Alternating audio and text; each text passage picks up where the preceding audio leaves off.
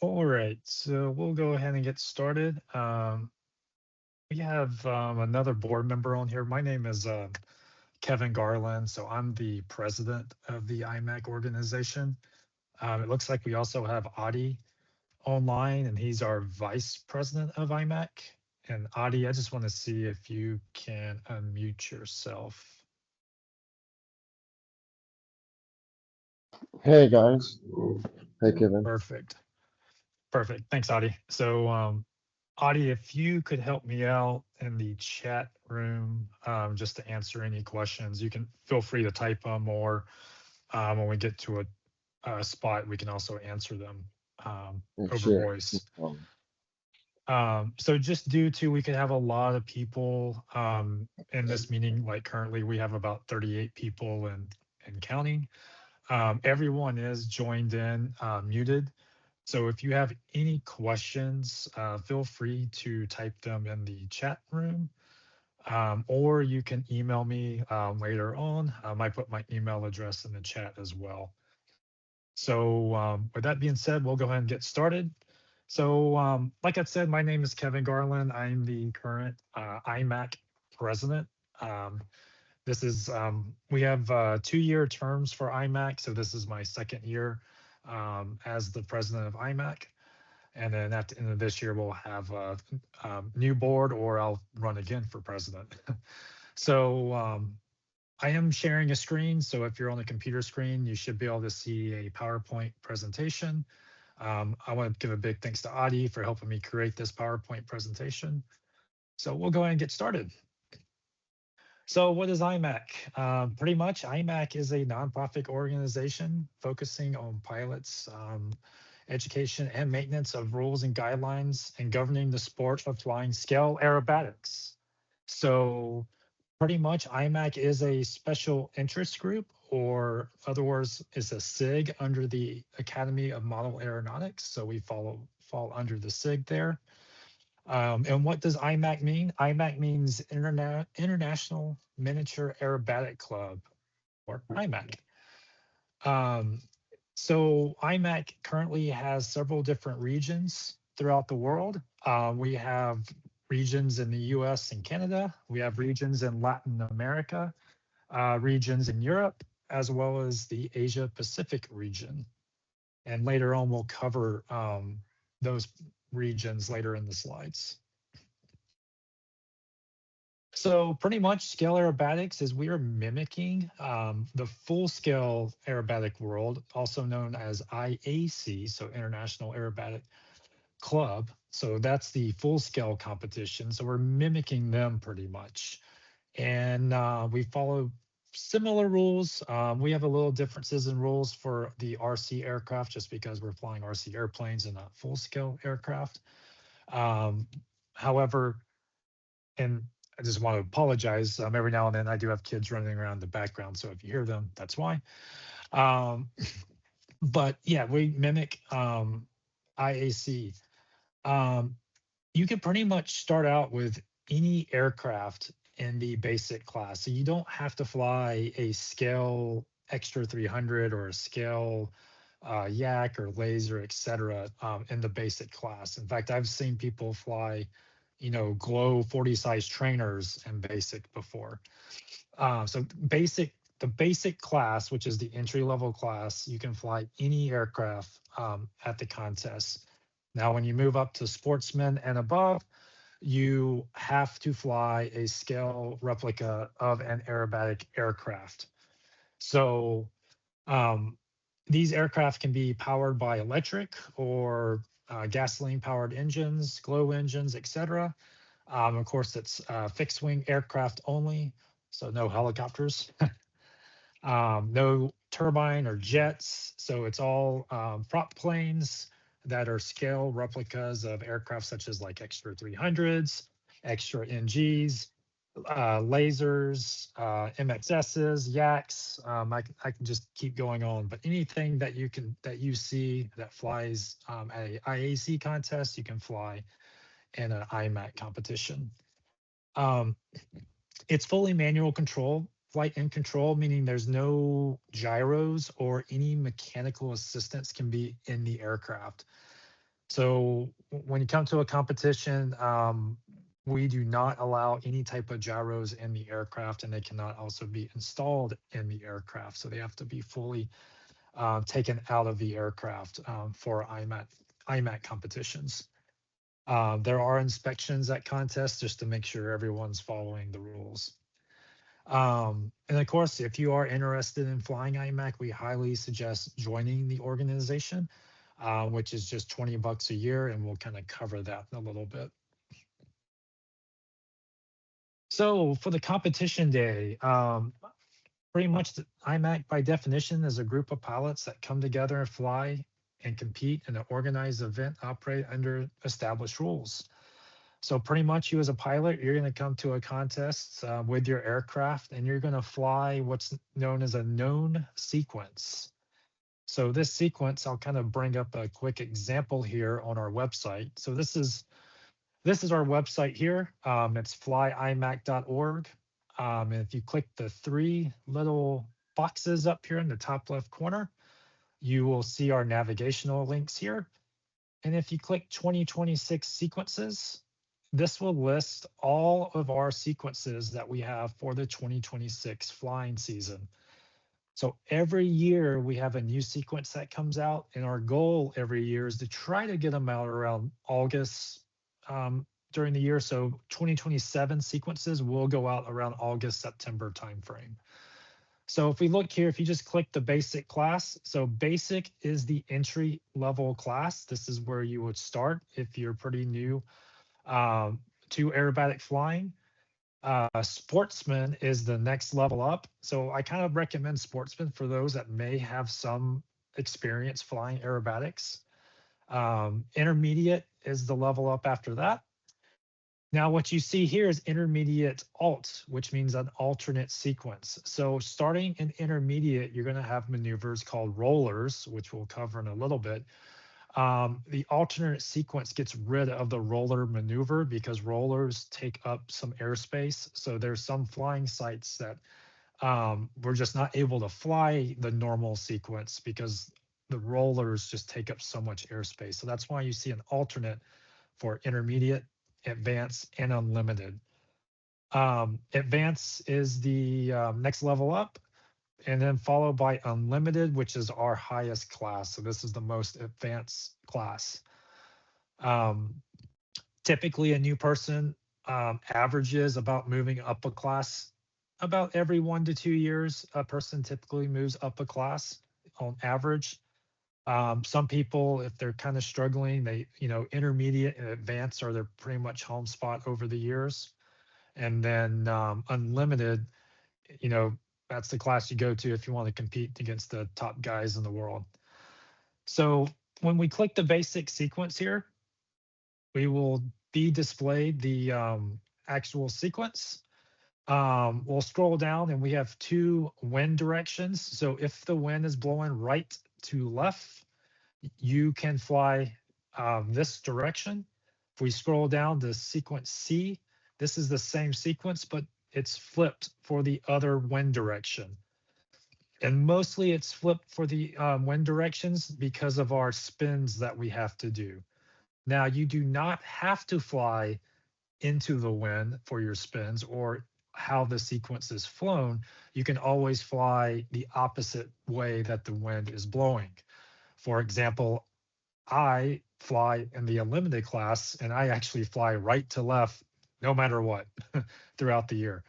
So I don't care if the wind's blowing 30 miles an hour, and I have a tailwind for my spin, I still fly right to left throughout the year. So we'll come back to the basic sequence and cover that in a little bit. So let's go back to our slides here. So that's our known sequence that you would fly. And we have 10 pre-established maneuvers. And you are judged in front of 2 to 5 judges. Most of the time at any local contest, you'll have only 2 judges. Contests such as the Nationals, the IMAC AMA Nationals, which is in Muncie, Indiana, in July, we will typically have 2 to 3 judges. And then at events like the Tucson Aerobatic Shootout, which is in Tucson, Arizona in October, we can have 3 to 5 judges sitting in the judging chair. In addition to the known sequence, let me go back to the known. Typically, we would fly 3 known rounds, or which will typically equal 6 sequences. So when you take off your aircraft to fly your round 1, you will fly the sequence typically 2 times for that one flight. So you're going to be judged back to back on that one known round. So events like nationals or like the Tucson Aerobatic Shootout, you would only take off and fly 1 sequence per round. And that's just because of the amount of pilots that come to those competitions. We don't want the judges sitting in the judging chair for 2 to 3 hours long, because that's how long it would typically take if they had to fly 2 sequences for 1 known round. But at any local contest, typically when you take off your aircraft to fly your round, you will fly it twice. If you are flying electric aircraft, typically an electric aircraft will not make it through 2 sequences of flying. You just need to let the contest director know that, and you are allowed to land your aircraft and swap batteries and go back up and fly another sequence for your round. In addition to flying a known round, if you are flying in sportsman and above, so not the basic class, you will be flying an unknown sequence, which is typically handed out Saturday, on the end of the first day on Saturday, and you will fly it first thing Sunday morning. So this unknown sequence, you are not allowed to practice. So you cannot use the simulator. You can't go fly it, with an electric plane or with your actual contest plane. The first time you fly this sequence, you will fly it at the contest on Sunday, when your class is up. So what people typically do is they use what's called a stick plane, and it's pretty much what it sounds like. It's a little plane on a stick, and you kind of fly the sequence with a stick plane with a caller calling the sequences or calling the maneuvers out to you.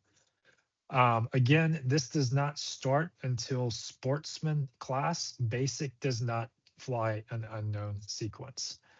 So if anything, if you're new to scale aerobatics, that's why I suggest going to basic first, because it's a little difficult just to show up and then do an unknown sequence your first contest if you're not too familiar with it. Like I said, typically a contest will have 3 known rounds, which usually equals the 6 sequences. And then you fly 1 unknown sequence on Sunday.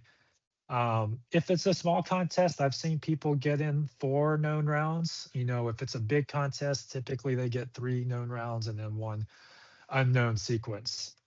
Now, the good thing is after you've flown 3 sequences for your known round, you get to drop your worst flight out of those 3 sequences. So at the end of a typical contest with 6 known sequences, you get to drop 2 of your lowest scores.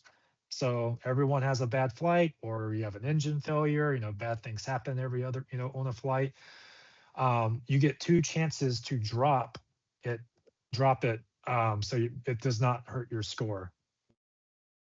And I saw a question about using the simulator the night before for your unknown. We do not allow simulators the night before to practice your unknown. So that's a big rule. It's pretty much a trust rule that we have in the organization of IMAC. The unknown sequence, unfortunately, every contest they only fly 1 unknown sequence. So if you mess up the unknown sequence, it could hurt you and drop you in the standings. So there's no dropping of an unknown unless you're flying at a contest such as the U.S. Nationals or the Tucson Aerobatic Shootout. Those contests typically fly 3 to, I forget how many, but 3 to 5 unknown sequences. So you can get 1 to 2, sometimes 3 drops, depending on how many unknown sequences you fly. In addition to the known and unknown sequences, you can also choose to fly a 4-minute freestyle routine. This is totally optional, so this is not mandatory. But what a freestyle is pretty much 4 minutes. You go out there and show off to the crowd, flying to some type of music mix routine. So if you're interested in doing freestyle, I highly suggest having different types of music that is mixed together. Slow paced music for slow flying, such as doing, harriers, hovers, etc. Slow flat spins, and then have some high speed, music where you're doing rifle rolls or any type of extreme aerobatics that you see people do these days. So, it's a 4-minute freestyle routine. You can't touch the ground. If you touch the ground, it is a DQ. Um, I think if I remember correctly, you have to fly 3 minutes and 30 seconds for it to count. But you have up to 4 minutes, and we typically have 3 to 5 judges out there, and you're judged on a score of 0 to 10, 10 being the highest, 0 being the lowest. And there's several different category that you have to follow. Here, I'll pull up. If you go to the website here, under downloads here and under forms, under freestyle score sheet. I know it's kind of small, but you guys can read it later. These are the categories that you are judged on. So if you can imagine your name here, and then your score goes across here, and each score has a K factor, meaning if you got a 2 for total use of flight area, your score will be a 40 for this particular score. So use of total flight area, that means is the pilot using all of the airspace, or is the pilot just staying in one spot? That's what use of flight area is. Originality and complexity. Just, is the pilot showing something that they've created and not copying somebody? And also, are they doing stuff that complex maneuvers and not just simple maneuvers? Precision. So, you can't just go out and bang your sticks around. You have to try to hit your points, hit your roll points, hit your snaps, hit your 45-degree up lines, down lines, etc. So we judge how precise the pilot is. Artistic impression, pretty much how the routine flows. Is it a fast, slow, medium pace? It's just not all fast speed flying. Like we have a wide variety of flight envelope there. And then flying to the music. That's a really big one as well, is the pilot flying to the music that they chose. I always suggest people, in my opinion, try not to use music with words in it. Try to use like a wide variety of melody of music. So again, the freestyle score sheet is available on our website that you can look up here. So we'll go back to our PowerPoint. And then again, if you have any questions, feel free to type them in the chat. Adi, our vice president, is trying to answer them as quickly as possible. All right, so we kind of covered this before, but we're going to go over the IMAC classes. So like I said, basic is your entry-level class, and it has basic geometry and elements of aerobatic maneuvers. And actually later in this presentation, we will go over the basic sequence and kind of teach you how to fly it. Like we said before, pilots in this class may fly any plane, which doesn't have to be a scale model of a competition plane. Like I said, I've seen people fly 40 size glow models, a Chaos 40 or 60. If you have one of those, they fly really well in basic class. Any of the foamies you see out there, again, any plane can fly in the basic class. One thing I'm working on as president, our current rules do state that you cannot have a gyro in the aircraft. However, one rule that I am trying to change as president, hopefully in the next year, is to at least allow a gyro in the basic class only. And the only reason why is, as you see all the Horizon hobby planes that come ready to fly out of the box, those have gyros built into them. Also, another companies such as Flex Innovations also have gyros built into their planes, and we don't want to discourage people joining IMAC in the basic level if that's the only aircraft they have. So in the future, I hope to kind of get that rule changed just for the basic class. Sportsman and up, there are no gyros allowed in those classes. Sportsman, the maneuvers get a little difficult. If you keep kind of paying attention to the right side here, you'll see the differences and how harder the sequences are getting here. Maneuvers get a little more challenging, and the pilots are required to use a scale model. And so this is where you cannot use, your Trainer 40 or Chaos or whatever, right? You have to use a scale replica of an aerobatic aircraft. um, the other thing that you will also encounter is you will fly an unknown on Sunday. So this is also another challenge of the sportsman class.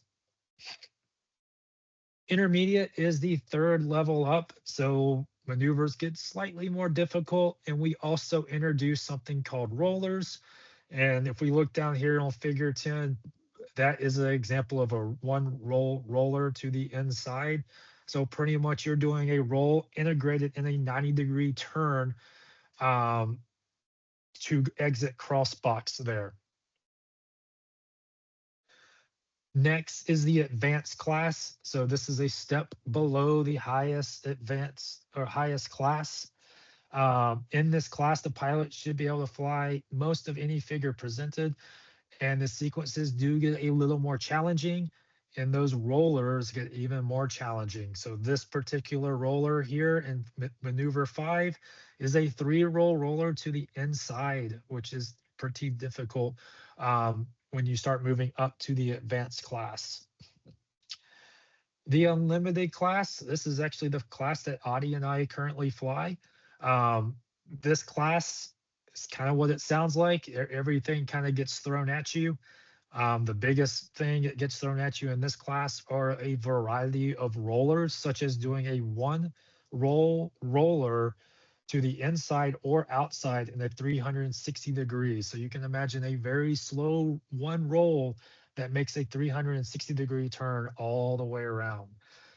You also get the fun of doing tail slides. So tail slides are only in the unlimited class. Tail slides are fun and kind of challenging. Most of the time they end up in your unknowns. Rarely you do see them in the knowns. So to kind of go over some IMAC Mythbusters, a lot of people think you need a big plane to fly, and that's not the case. You can get started with a simple trainer if that's all you have available. Of course, the trainer can only be used in the basic class. Aerobatic competition planes are easier to fly, but there are many designs in the market that are inexpensive. There's small enough planes that could fit inside your car that you can use for IMAC. You don't need, the 7x20 trailer to haul your aircraft around. Or I've actually seen people that do own big aircraft. They have carried their planes in, minivans or small SUVs. However, a 70cc size plane is very capable in the basic to intermediate classes. I've even seen them in the advanced and unlimited, but I kind of highly recommend in that basic intermediate class to have at least a 70cc size plane if you plan to keep on doing IMAC in the long run. And that 100cc size aircraft is highly recommended for that advanced and unlimited flyers. Um, Pilots flying small 60-inch size electrics, that 60 to 74-inch size electrics have been known to do really well in the basic and sportsman classes. I've seen people, with the new, Extreme Flight and the AJ and Apex aircraft, that size aircraft that is available have done really well in the sportsman and basic classes. So don't be afraid to show up to a contest with that size aircraft. And the cool thing about, these brands I'm mentioning, you have Extreme Flight RC, you have Flex Innovation, AJ Aircraft, you also have Apex. that are coming out with a couple of planes.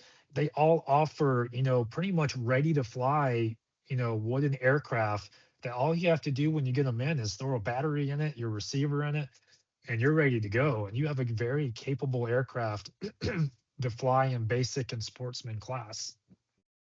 So now, and I will tell you this, like myself and Audie, we both fly 40% airplanes with a DA 200 on the front of it.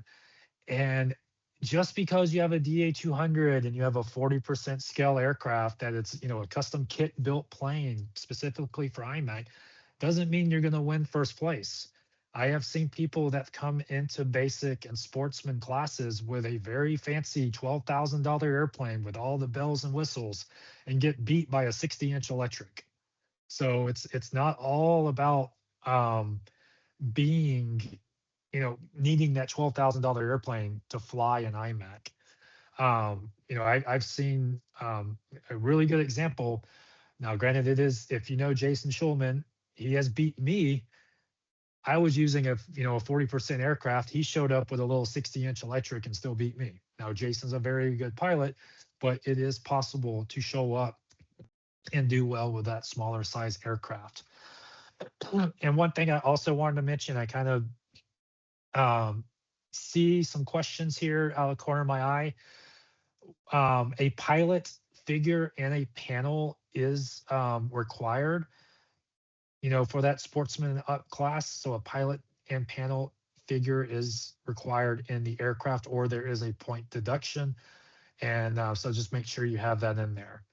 And I also see a question about e-IMAC, which is also known as electric only IMAC.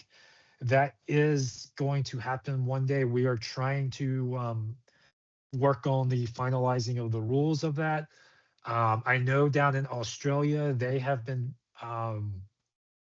ran several e-IMAC contests. So that's a really good test bed that we're kind of studying.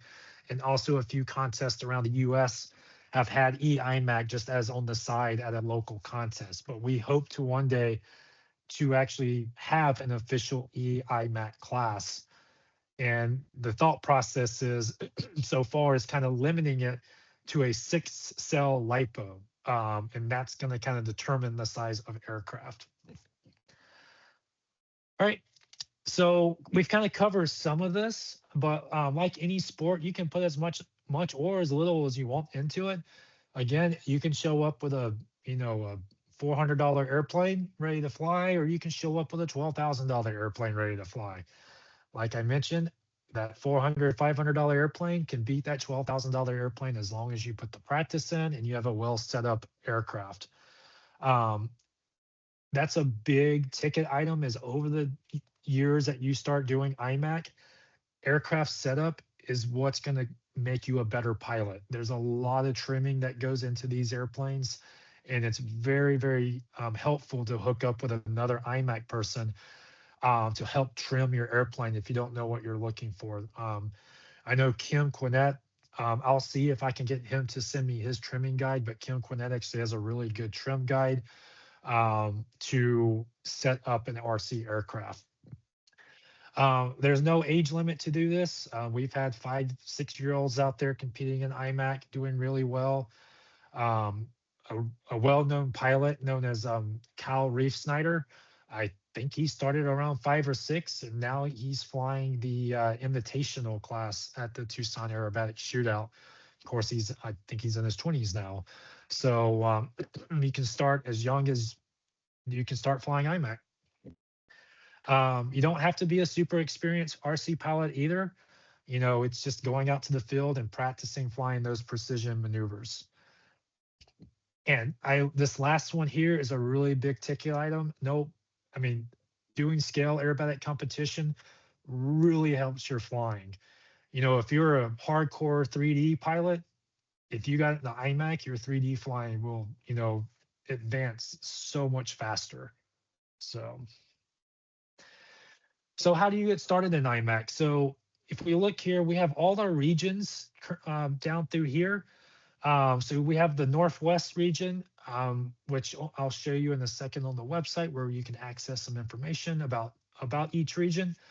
You have the Southwest region, You have the North Central region, which I'm actually a part of the North Central region in the Iowa area. You have the South Central region, the Northeast region, the Southeast region. You have Latin America. You have the European region, the Asia, and also the Asia Pacific region. So each one of these regions has their own regional director. So if we go to our back to the website again and we click the three lines here and you go to regions and click the arrow, here are all the regions. And then within each region, we'll select the Southwest, for example. It will show you the region map. So if we look here, it shows you the states that are part of this region. Any regional news is posted here by the regional director. Kim Quinnett is the regional director of the Southwest region. And if you have any questions that you want to ask him, if you're in this region, you can simply click his name and you could send Kim an email this way. If we scroll on down, we also have assistant regional directors. So you can click any one of these names. So these assistant regional directors typically help the regional director out in scheduling contests throughout the year.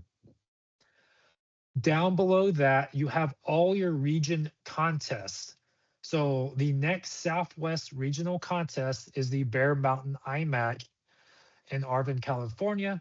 You click this and it will pop up details about that contest. It shows the name, what region it is in, when the contest starts, when it ends, the club that hosts it, a map how to get there, what sequence it's going to fly. If it says standard, it's going to fly the standard sequence. If it says alternate, it's going to fly those alternate sequences like we showed you before. This is telling you if freestyle is offered.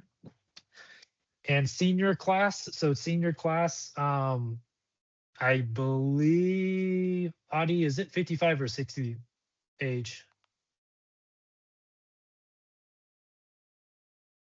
Say again, sorry, I'm with the chat. Yeah, yeah. Totally Is senior 55 or 60? I think it's 50. I Yeah, think. yeah. I can never remember. I have it on the cheat sheet when I run a contest. But senior class is just a separate class where we put all the seniors together and everyone's percentage score gets compared together for a final, top 3 awards there. If you're an IMAC member, so if you had joined IMAC, which I saw that that question was asked, 55 years and older, someone looked that up. Thank you to the person that looked it up. If you're an IMAC member, so to join IMAC, it's $20 a year to join IMAC, and you can do that on the website, and I'll show you that in a second. So if you're an IMAC member, the price to compete at this contest is $50. If you're not an IMAC member, it's $70. So this is where it helps to join IMAC because it will save you money if you plan on competing more than one IMAC contest a year. Now, what does this fee cover?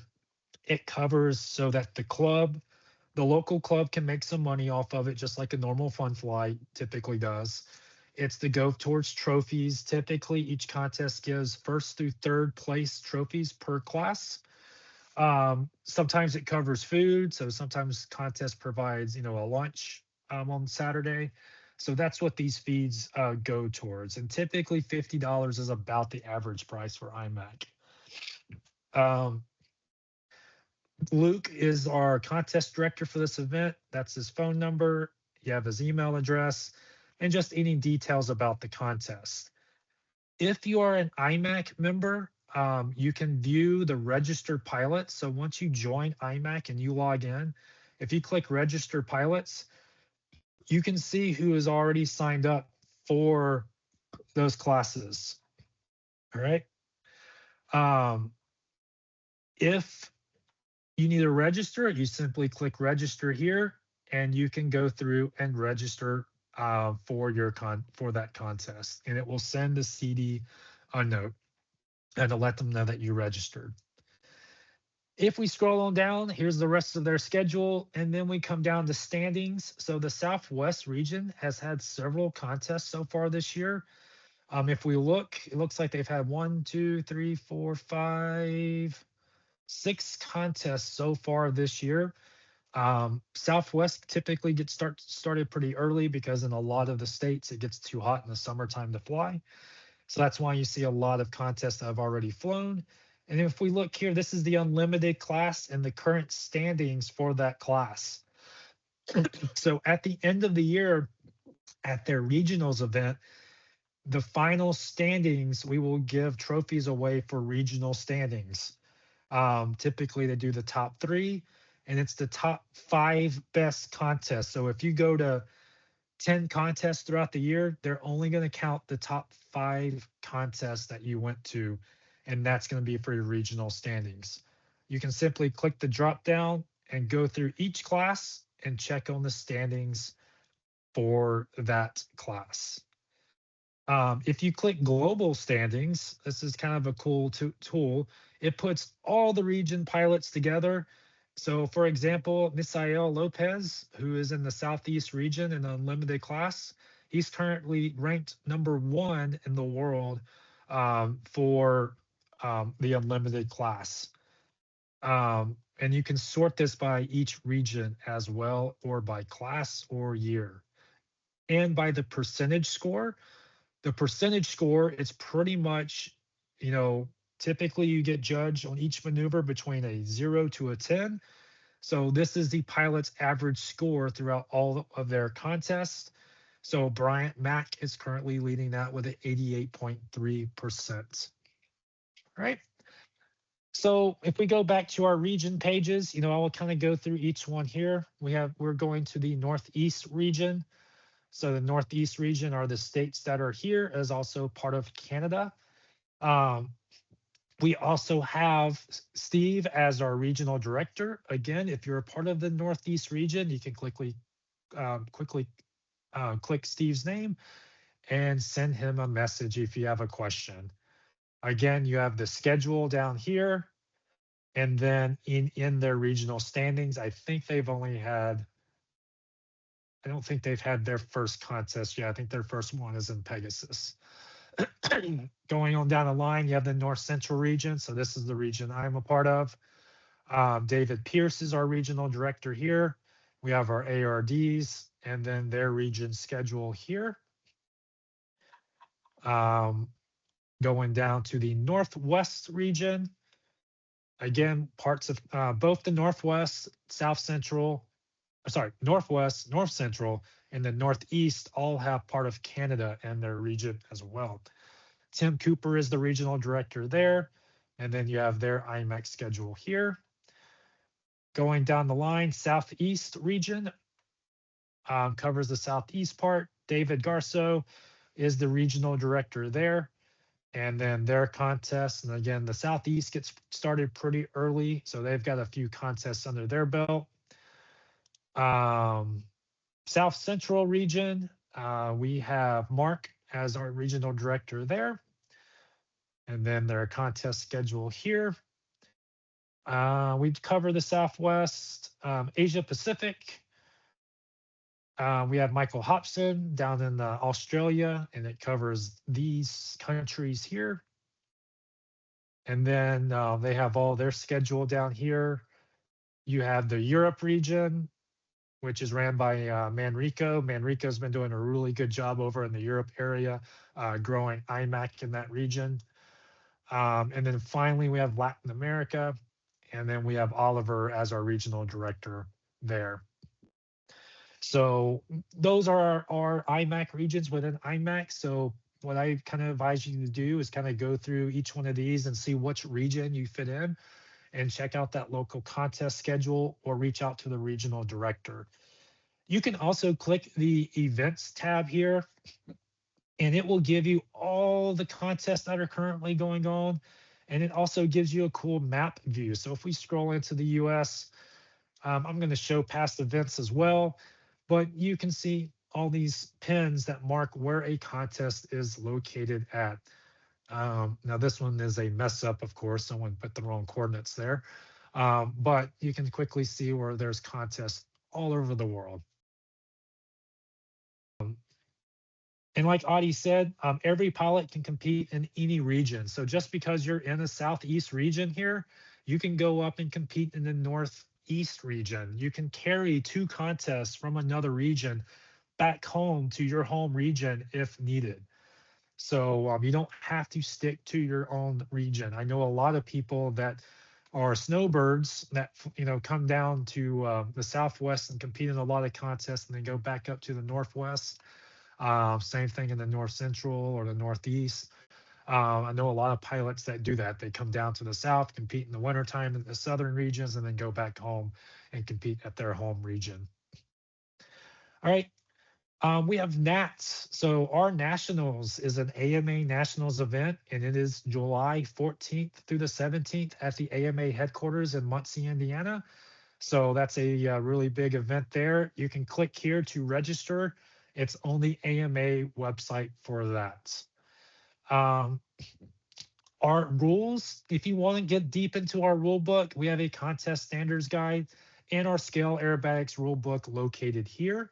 So those are two documents I highly suggest kind of read through them just to get an understanding of how IMAC is operated.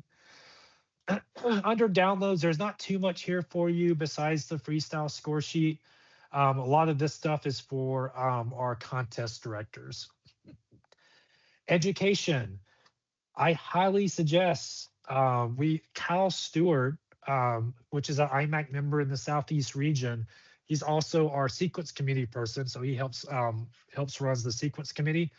He has made very good how-to videos of how to fly each of one of these sequences.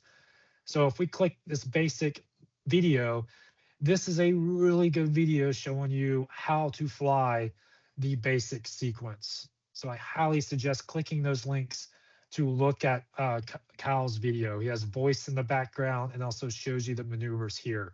So I highly suggest going checking out Kyle's videos. Again, he has it for all 5 classes. And then this PDF here is a PDF that Audie and Ty Lyman put together, and we're going to cover that really quickly.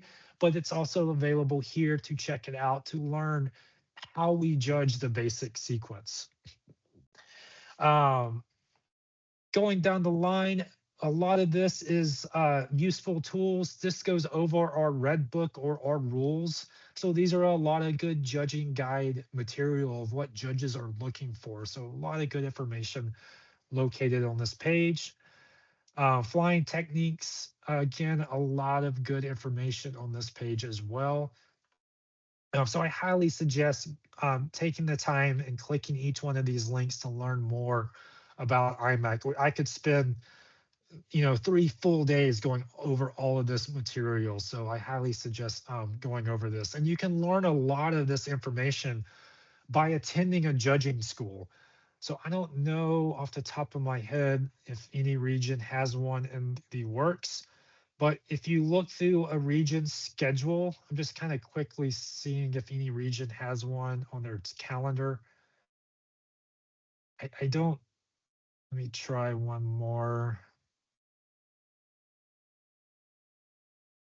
I don't see one, but a lot of times these judging schools happen at the beginning of the year.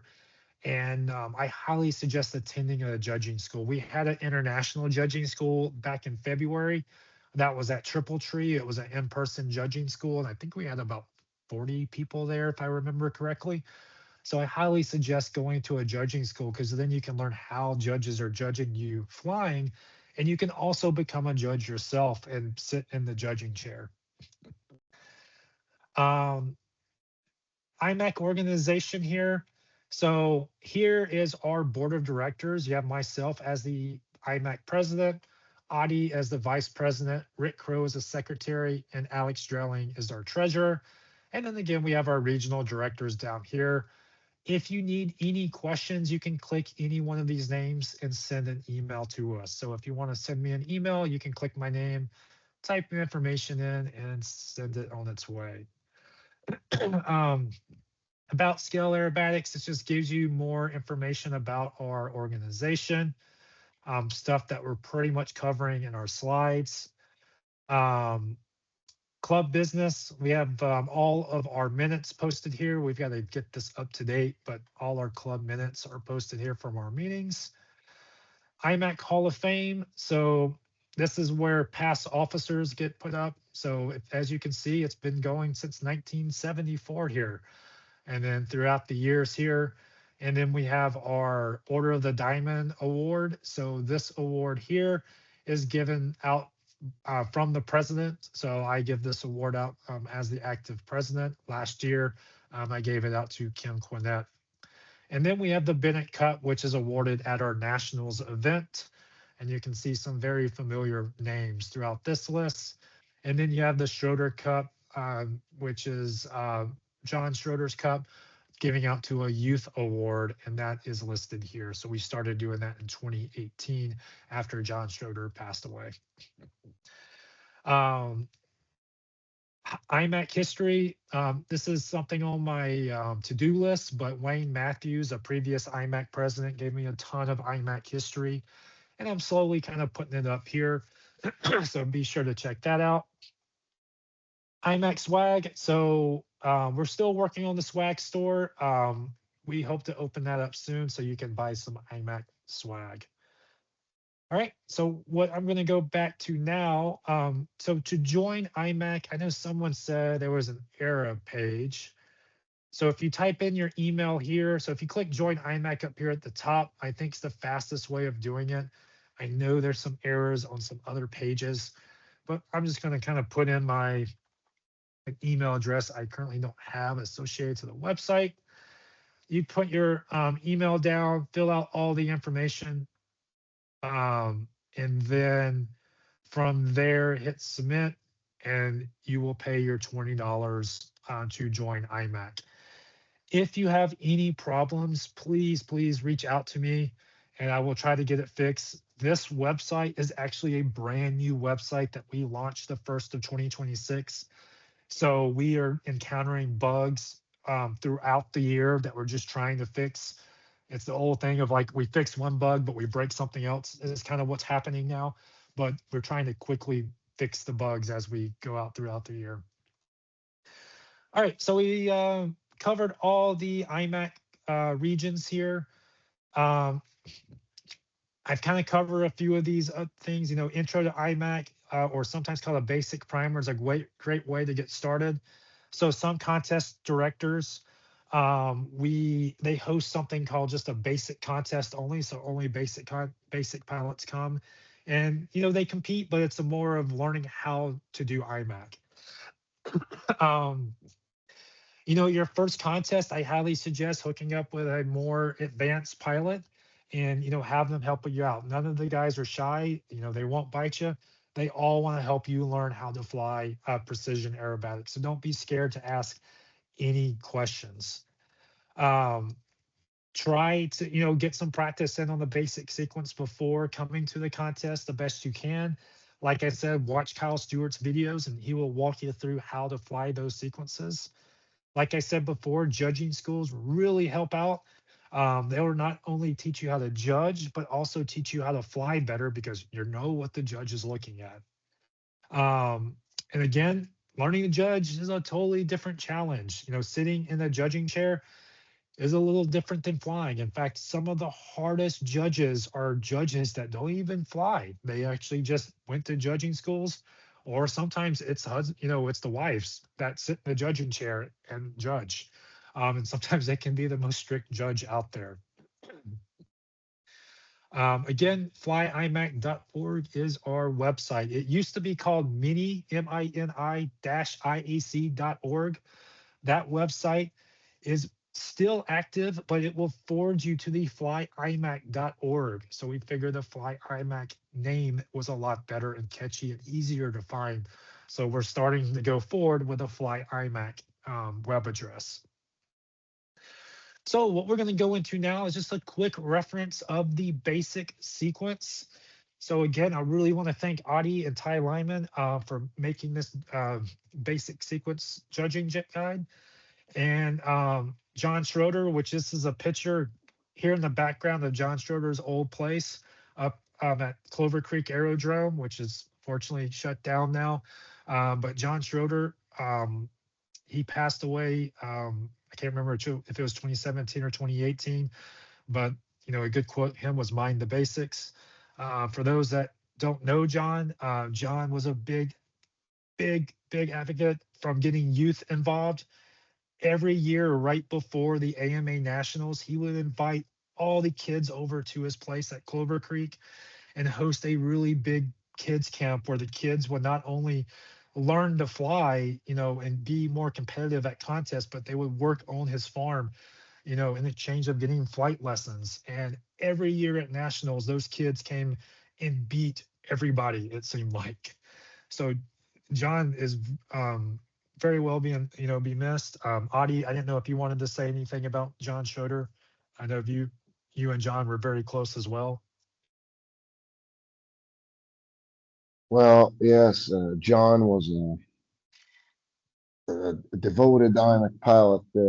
He taught a lot of youngsters how to fly IMAC. That's why we have the Schroeder Cup as a youth cup for the kids. He advanced everything throughout the younger generation. Some of them are some of the best IMAC pilots in the world because of that. And it's written there, mind the basics. It's one of his major thing when he tried to teach the IMAC basic. He always said, mind the basics. Always go with the basics. And with that specific slogan, a lot of pilots came to be one of the best pilots there is. He was a very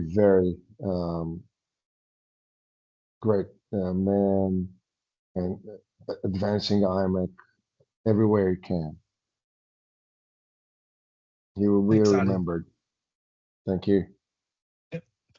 And even myself as an unlimited pilot, and even Audie, even though that we fly the unlimited sequence, what we will do a lot of times is we will go back to a basic sequence and fly it, because it's the basic sequence that builds the foundation for everything else. And not only do I go back and fly that basic sequence here, sometimes I will work my way up all the way through each sequence so I can gradually increase, get better at each sequence. So when I get to the unlimited sequence, it's a pretty easy sequence to fly. Um, a lot of these maneuvers in the unlimited sequence that Adi and I fly, a lot of times what I will do is take out all the elements. Now, elements are the things like the two half rolls you see here. The little triangles are known as snap rolls. This is a negative snap, which is a 3/4 negative snap.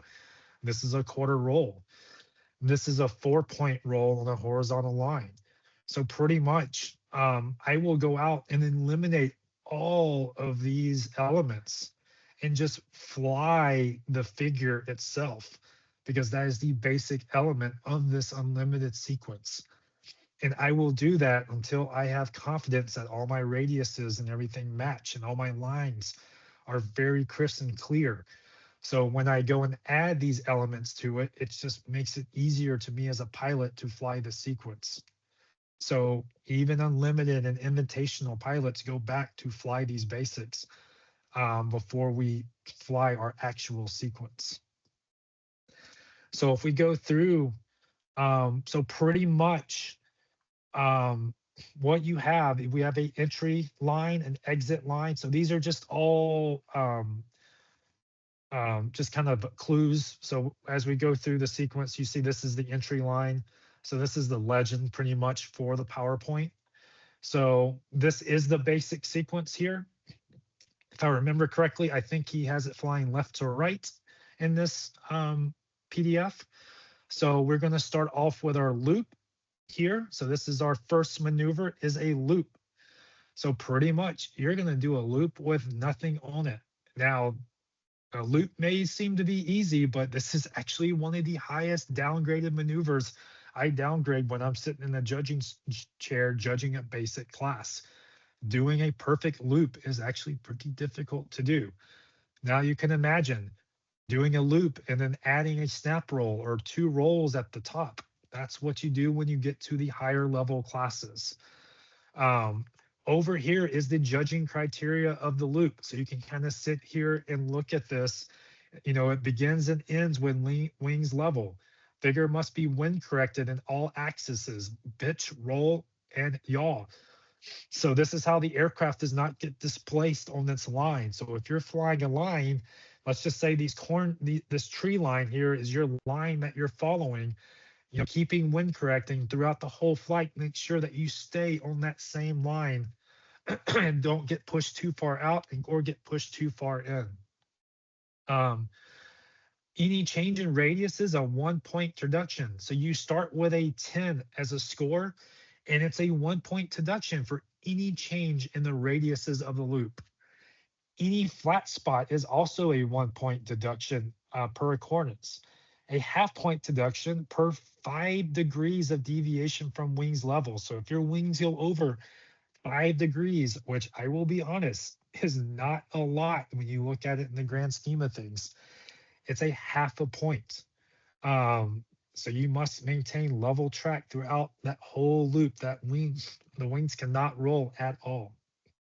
All right.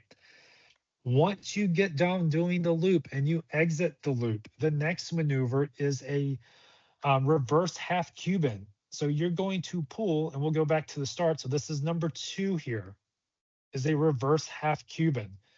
The dotted red lines here signify that you are inverted for this maneuver, for part of this maneuver. So what you're going to do is you're going to pull to a 45-degree upline. So you're going to pull to a 45, and you have to establish that 45-degree upline. Once you're established on that 45-degree upline, it is up to you as a pilot to perform, or when to perform, this half roll. So this arrow here, if we go back to the sequence, that little half arrow here signifies a half roll to inverted. Now, if you went up and you did just say a 2-second count for a 45-degree upline and did a half roll, you got to match that line after the half roll. So lines A before the half roll and B after the half roll have to be the same distance. If they are not, there are point deductions for not being the same distance. Once you draw the same amount of line as you did before you did your half roll, you will then pull a 5/8 half loop all the way down to level flight. And then that will end that particular maneuver. So you're going to pull all the way around. And again, this is the judging criteria that the judges are looking for. And again, this part of the PowerPoint, like I mentioned before, is over here in the How to 2026 Knowns. It's in this basic PDF here. And like someone mentioned here, that John mentioned, there are detailed sequences.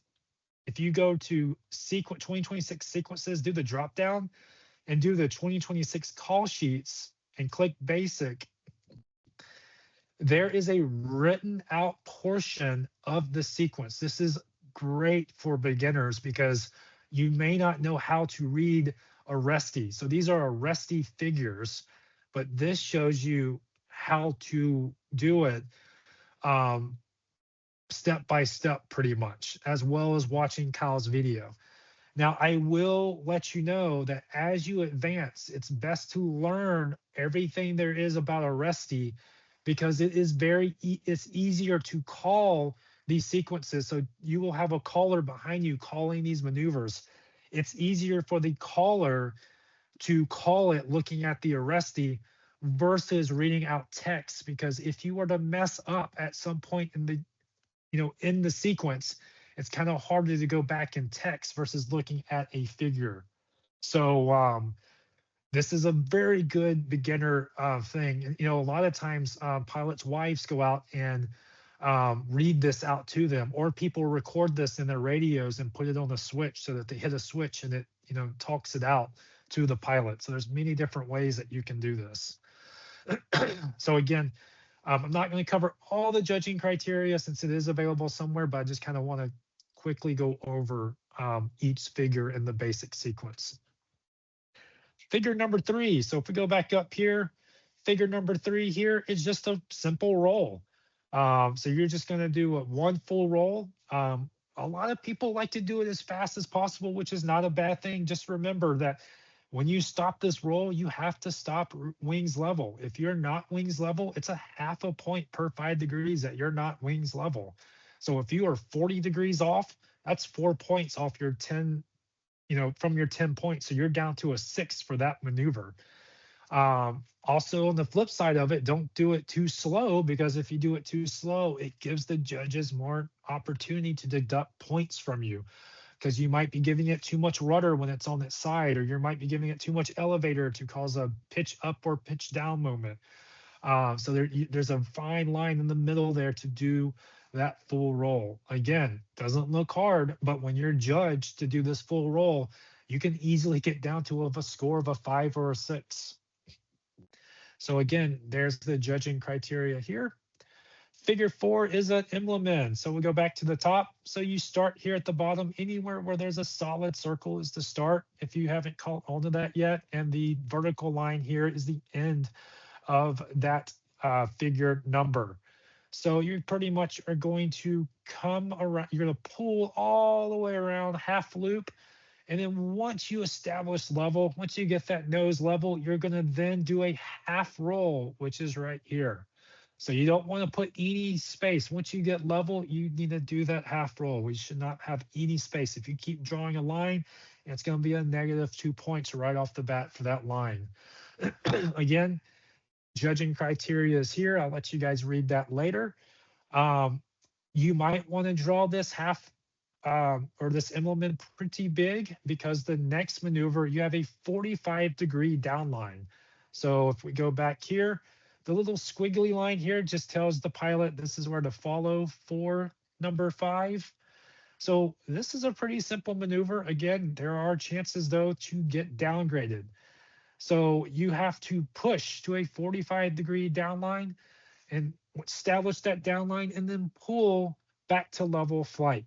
Again, judging criteria here. A lot of times I see people not establish that 45-degree downline, and that's the main reason for getting point deduction there. Next is a hammerhead or stall turn.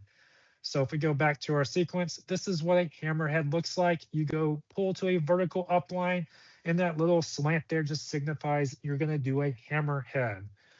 So going back here, the pilot's going to go up and stall turn the aircraft. Right here, it's showing you if you go over too far. So if you go over so many wingspan lengths over, it's several point deduction there. So you can't make a wide yaw turn. It needs to be a pivot down back to a vertical downline. So pretty much here's the judging criteria here. Next is a Humpty bump. So pretty much going back to our sequence, you're going to pull to a vertical upline and then do a half roll.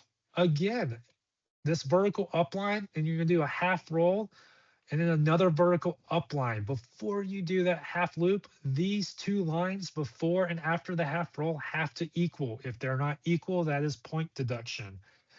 The radius across the top needs to be consistent. And then on the down line, you have to also center that half roll as well.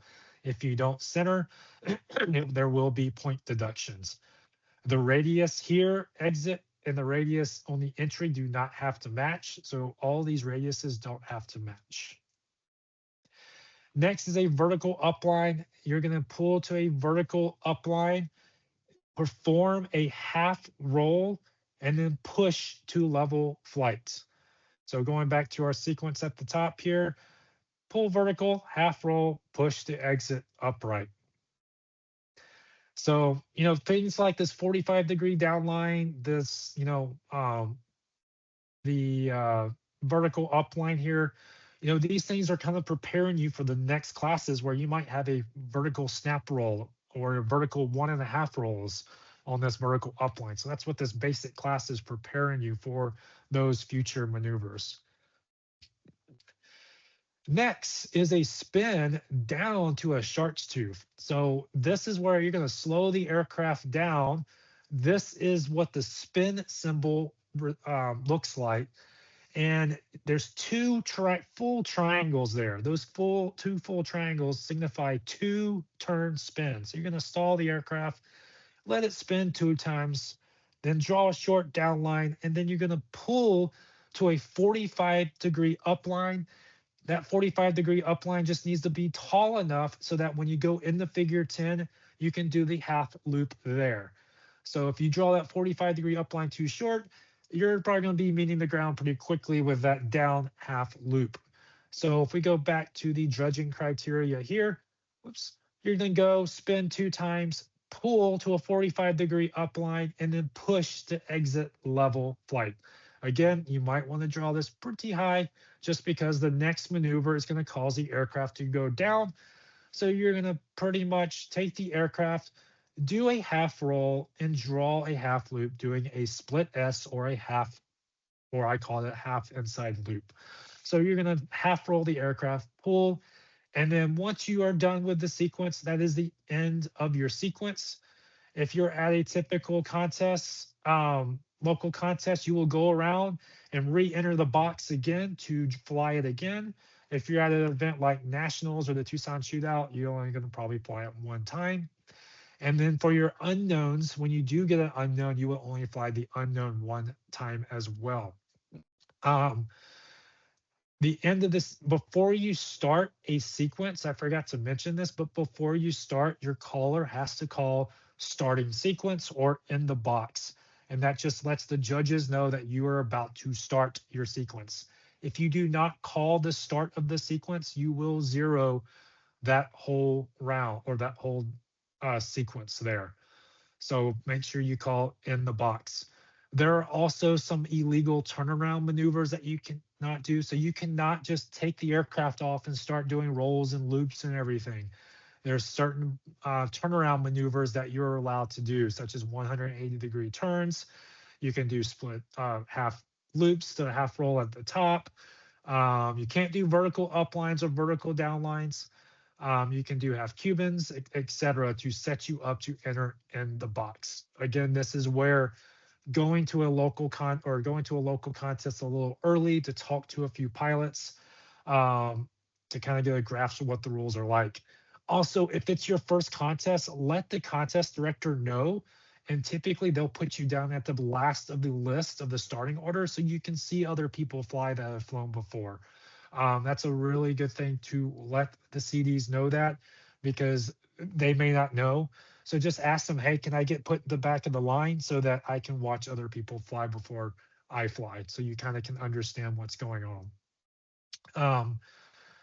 Another thing, every score that you get, so if we go back to the basic sequence, I'm actually going to go to the actual sequence page.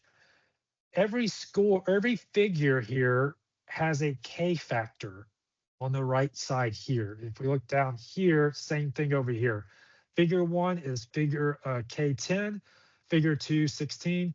So if you got a 10, like an actual 10 on figure number 1, you get 100 points for that. If you get a 3 for number 3, you get 30 points for that, and they all get average or added up and normalized at the end of the sequence. And if we were to go look at example standings, so let me just go, I'm just going to click a results here.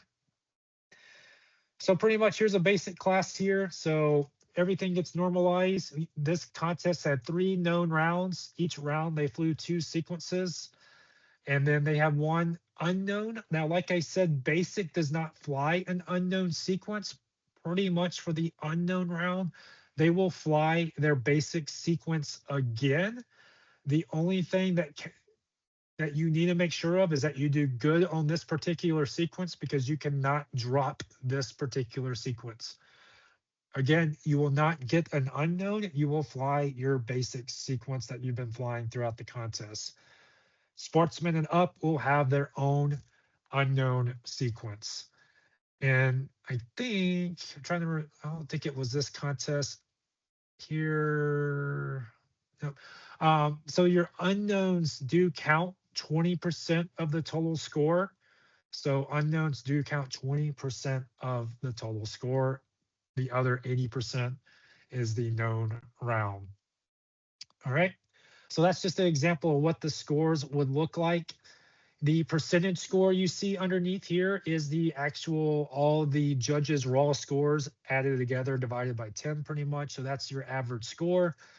And then anything that's thrown are their pilot's lowest score. So since there were 6 sequences flown, 2 of them got thrown out. So they only count these here in this instance. If we click this pilot, you will see the pilot's scores for every round. So here's all the maneuvers, and then here's the scores for sequence 1, 2, and so forth for each round. At the very end, the judges will judge you on sound and airspace control. Sound does not necessarily mean that you have canisters in a 3-blade prop. I have seen people with 3-blade props and canisters be just as loud with people with 2-blade props and stock mufflers. A lot of it is to do with throttle control, or the left stick over there. Throttle control is a big key for sound. So if you're just flying a horizontal line, there is no sense of being full power. Back that throttle stick all the way down to a half stick. Some airplanes you can almost go to a quarter stick and be fine, but it all depends on the winds that day. Again, you don't need that full power in these airplanes because they're already pretty overpowered. Um, the other thing is airspace control score. This is just make sure the pilot is within a set airspace distance. They're not flying, a mile away, out crossbox, or a mile to each left and right side. Like they're keeping it within the flying field. Another thing is making sure they're not flying over our heads, because anytime the pilot buses a deadline, and the deadline is set by the CD, typically it's the other side of the runway. If the pilot buses the deadline during their sequence, they will zero that maneuver that they busted the deadline. If the pilot keeps busting the deadline, the contest director does have the authority to ground the pilot not to fly the contest anymore. So make sure when you're flying the sequence, you keep it out on the other side of the runway, or whatever the CD deems as the deadline. All right, pretty much that is the end of our presentation. Just a few notes. Wednesday, I think it's at 9:30. Nope, I think it's at 9:30. I'll have to look it up and see real quick. At Joe Nall, we are going to do a seminar that's going to cover the same PowerPoint slides that you've seen. So if you're at Joe Nall Wednesday, we are going to do a presentation on iMac live. So that is a really good opportunity to come and answer or ask questions, because we could stop and ask questions throughout the presentation. I wish I could have you guys unmute and ask questions here. It's just we have, I saw it hit above 60 people here. It would just cause a lot of clutter. But I will say this, I will offer a few things. Number one, if your RC club is interested in having this same meeting presented to your RC club, I am very happy in scheduling a time period and setting up a one-on-one Teams meeting to do this same presentation for your club. So just shoot me an email and we can try to get something scheduled. I'm happy to set that up. Audie's happy to run something very similar. Another thing I also want to do, or if you have any questions that we may have not answered in the chat room, please feel free to message me. I'll put it in the chat one more time, but it's president@mini-iec.org is my email for iMac. Feel free to ask me any questions and I will get back to you as soon as I can. I am leaving for Joe Nall tomorrow. It will be away over the next week, but I will check my email, every now and then to answer any questions. Again, if you have any questions, don't hesitate to ask, and I will see if this gets recorded correctly. If it gets recorded correctly, I will try to publish this and get it posted around. So with that, I will stay online for a few more minutes to answer any questions. Feel free to ask them, and I will try to answer them. So I'll stay online for about 15 or so minutes, or until the questions stop. But I want to thank everyone for coming. And again, I hope to see you at the next IMAC contest. And y'all have a good one. Thank you very much, Kevin. Thank you very much for coming, guys. We really appreciate it. Thank you. I hope to see you soon in one of our IMA contests. Have fun, Kevin. Enjoy. Thanks, Adi. Yep. Best regards to everyone, by the way. Yeah. Same to you as well. Shootouts coming up. Yeah, definitely. Can't wait.